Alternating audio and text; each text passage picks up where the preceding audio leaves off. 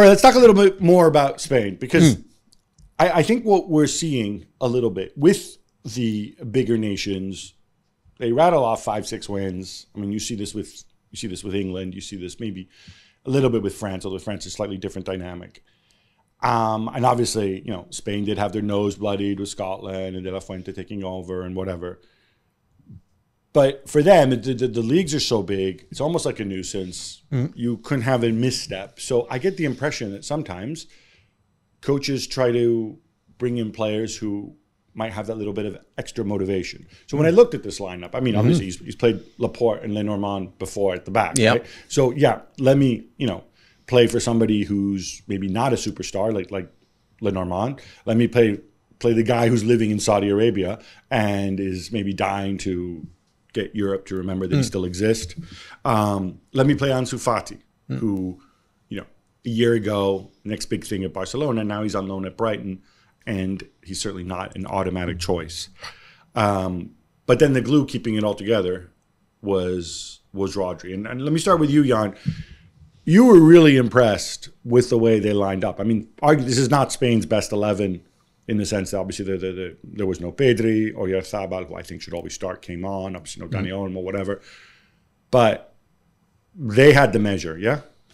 They had, absolutely. And imagine, you come to Norway. I'm not saying Norway is a dangerous place to come for any opponent at present time. But still, you come there. This is our chance. Spain, as you were saying, Spain would have still made it. The 2 games they will play, they would have made it. But there was something about, and I think it was the first 15 minutes, there was 75% of ball possession. There was something about the balance in the way they played. Rodri, of course, being the key, with a cigar and a paella in the middle. He was like above everybody, what he was steering the play. No, never stressed. Never stressed at all. They played out from the back. I'm allergic to playing out from the back when you are a bad team. I think that should only be allowed for Manchester City, Barcelona, Real Madrid, and Spain. So that's where I'm coming from. It depends, Jan, whether you're allowed to play it from the back. And Norway allowed Spain to play it from the back because they just played with one up front. And Odegaard went back into midfield, so they played almost a 4-1-4-1. And it allowed Spain to develop the play, which makes it easier for a team like Spain because they can then make their movements, then they can make their runs. And Carvajal had the freedom in the park down the right-hand side. I thought Norway helped Spain by not really pressing them too high up the field.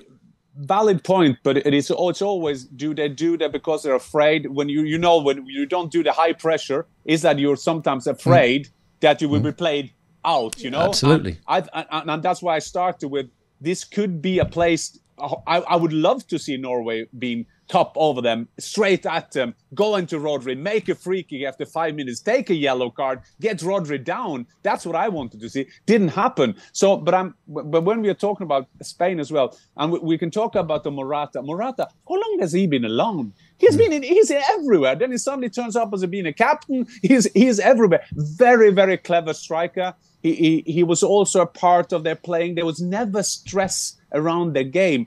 And that's what I like. I see a lot of games when I work, of course, and then you sit with your thoughts and you're thinking of your interviews and everything. So I was watching this game and just watching Spain, how calm they were on the ball, how calm they were the way they played up. Yeah, Robbo, very valid point. They played Norway, but Norway should have taken them on. And that's what I'm most disappointed. We would have maybe lost 2 or 3-0 anyway if we went all in. But still, we would have gone all in. We weren't at the game at all. And Spain, 2-3 classes above us. And that is what is disappointing me the day after we were more or less out of the Euros. Yeah, I mean, you always wonder what well, first of all, shout out to Morata. You know, I've been a long time fan. He's averaging nearly a goal a game this season. Okay. It's in typical Morata fashion, like the tap-in that he gets where if he doesn't touch it, it's an own goal in the first half and it gets in. The second one where he's off, he could have been offside. He didn't know if he was onside or offside. Without that, Gavi doesn't score. The goal gets chalked off. Let's not forget that, right?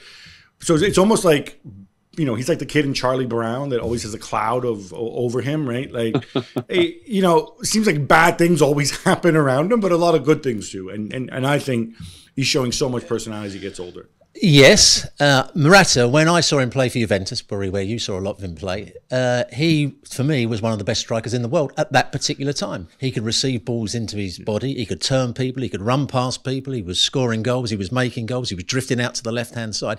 And if ever there's a player that you can guarantee when he's lacking confidence will play badly, and when he's full of confidence, he plays really well, he's the player that epitomises that. You know, he just makes strange decisions when his confidence is low. The ball will be played into him and he'll try and play a ball back 50 yards to the right back rather than actually getting hold of it.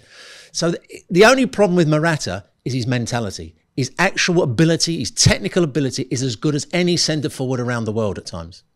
For me, Gab, he's Scottie Pippen. He's Scottie Pippen. He's always playing with a superstar, and we tend to forget how good he really is. You know, he's somewhere in the shadow, but that's why I so enjoyed watching him yesterday. Yes, he did that to the goal. That is an instinct. You want to score that goal. You didn't think of the rules in your head. You wanted to get that ball over the line.